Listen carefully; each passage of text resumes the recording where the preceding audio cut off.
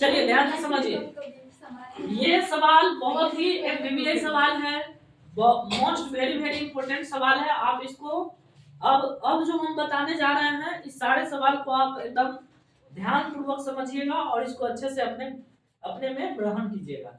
ये आपका सवाल है, फर्स्ट सवाल, अगर हम में वाक शक्ति न होती तो क्या होता।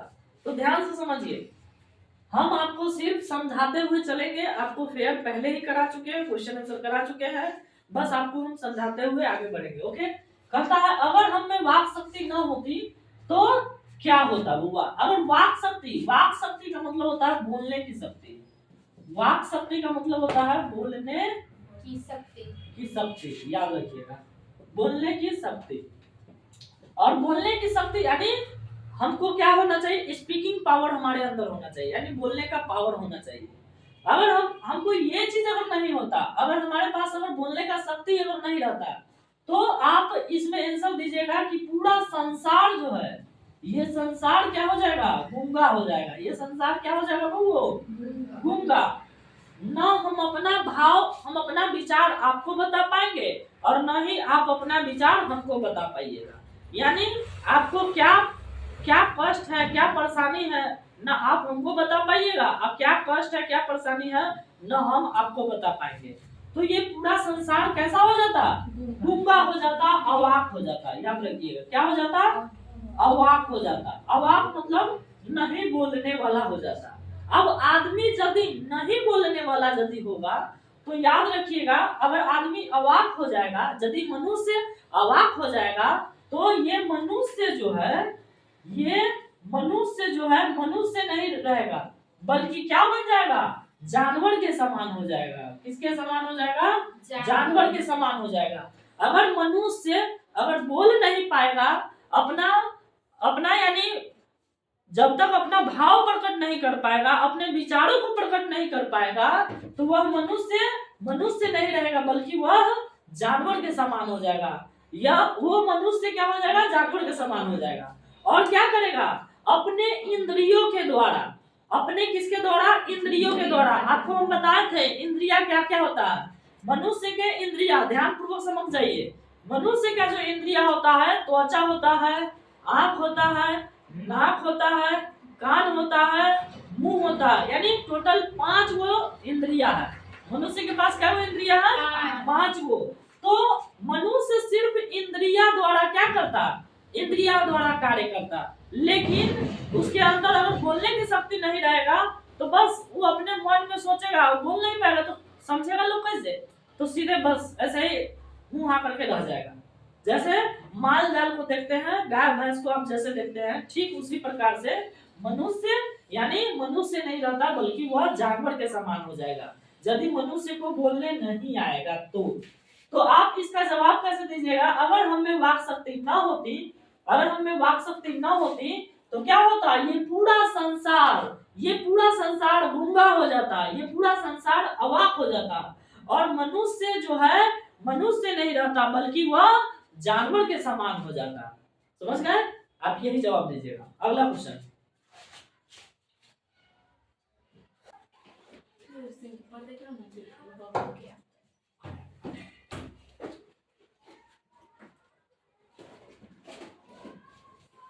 देखिए आपका सवाल है, सवाल क्या है कि बातचीत के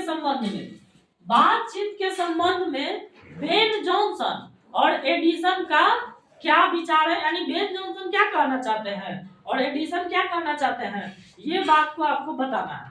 यानी बेन जॉनसन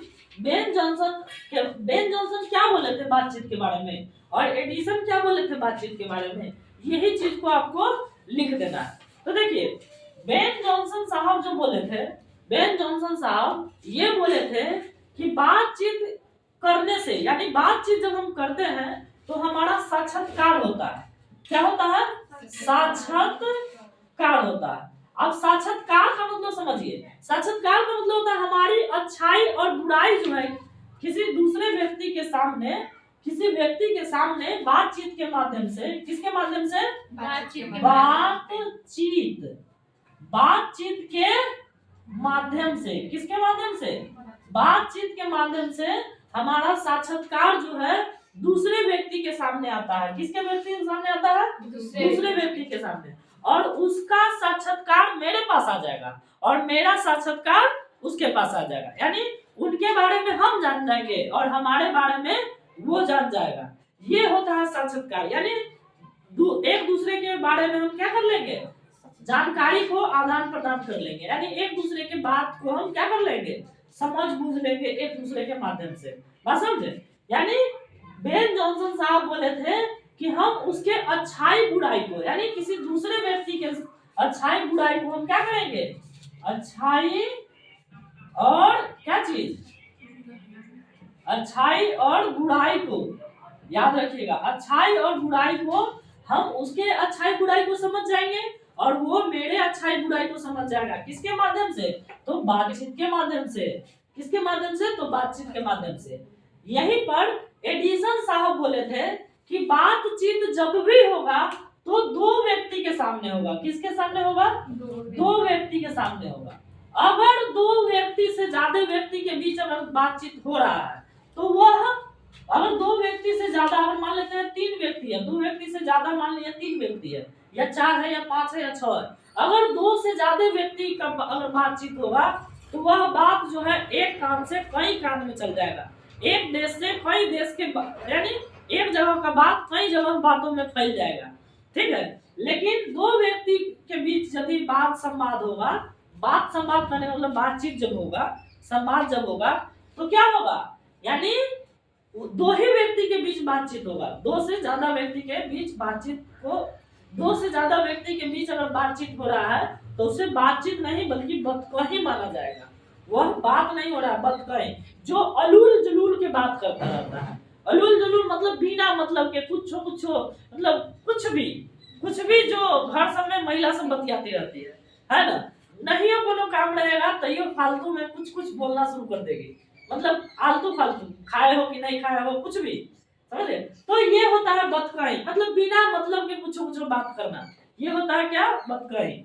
लेकिन आपको क्या करना है, बातचीत करना है। तो बातचीत होता है हमेशा दो व्यक्ति के सामने, दो व्यक्ति के मतलब साथ। एक व्यक्ति जो बोलने वाला होगा, दूसरा व्यक्ति जो सुनने वाला होगा, या दूसरा व्यक्ति बोलने वाला होगा और पहला व्यक्ति क्या होगा, सुनने वाला होगा। देखिए इसमें कह रहा है आर्ट ऑफ कन्वर्सेशन। क्वेश्चन जो होता है ना, क्वेश्चन को आप यदि समझ लिए तो आंसर को समझ लिए, समझ गया। यदि आप क्वेश्चन को समझ लिए, यानी प्रश्न को समझ लिए, तो उत्तर ऑटोमेटिक आपको आ जाएगा। देखिए आर्ट मतलब होता है किसी भी चीज को, आर्ट का मतलब होता है कला। आर्ट का मतलब क्या होता है, कला। ठीक है। और कन्वर्सेशन का मतलब होता है बातचीत। क्या होता है, बातचीत। याद रखिएगा, कन्वर्सेशन का मतलब होता है बातचीत, आर्ट माने होता है कला, और ऑफ माने होता है का, यानी बातचीत करने का कला। यानी बातचीत आप किस तरह से कर रहे हैं उसका भी कला होता है, बात करने का भी कला होता है। ठीक है। क्या चीज करने का कला होता है, बात करने का कला होता है, वो याद रखिएगा। अब कला कैसे होता है, जैसे एज फॉर एग्जाम्पल हम पहले कर देते हैं। एज फॉर एग्जाम्पल, जैसे आप देखिएगा कोई नेता अगर खड़ा रहेगा वोट में, जैसे वोट में कोई आदमी खड़ा है, कोई नेता, तो नेता कहेगा कि प्रणाम भैया, नहीं हो थोड़ा सा छोटो है ना, तुमसे अगर बड़ो है ना तो ये तुमको कहेगा भैया, जब वोट लेना होगा तब। तुम अगर छोटी है बड़ी है उससे कोई मतलब नहीं है, तुम बड़ा है छोटा है उससे कोई मतलब नहीं है ना।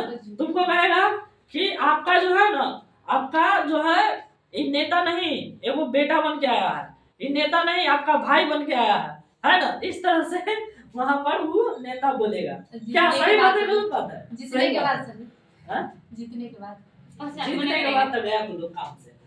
चलिए, तो देखिए ये होता है एक नेता का, यानी बोलने का तरीका है, यानी उसके पास क्या है, आर्ट ऑफ कन्वर्सेशन है, यानी बातचीत करने का उसके पास क्या है, कला है, जो क्या करता है पूरे पब्लिक को मोहा लेता है।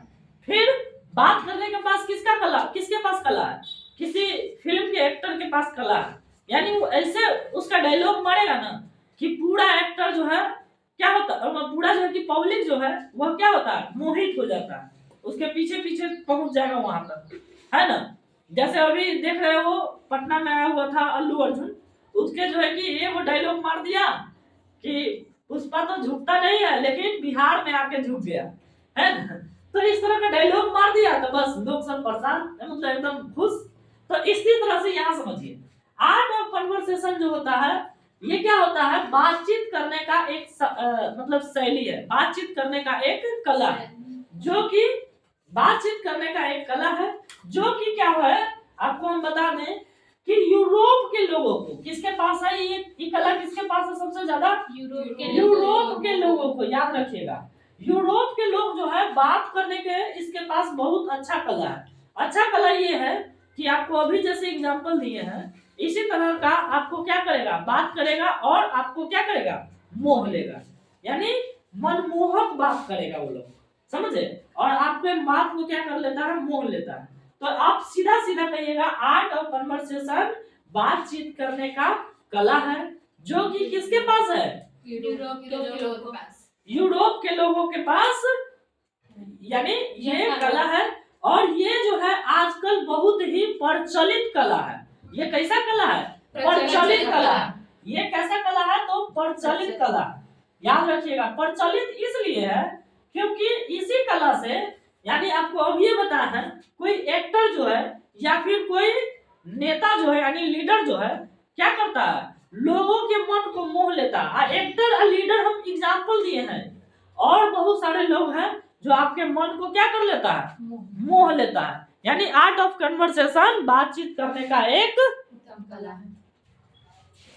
देखिए उसने कहा कहानी आपको पूछ रहा है, सवाल में कह रहा है कि उसने कहा था कहानी है, और वो कहानी जो है कितने भाग में लिखा गया है कहानी, ठीक है। उसने कहा कहानी जो है वह कितने भाग में कहानी है ये आपको समझाना है। और ये भी आपको ये बताना है कि युद्ध, आपसे यही सवाल पूछेगा कि उसने कहा कहानी कितने भागों में बटी हुई है, और युद्ध का जो वर्णन है यानी झगड़ा लड़ाई जो हुआ था, युद्ध जो हुआ था, गोली बंदूक जो चला था, वह कितने भागों में यानी युद्ध का वर्णन है।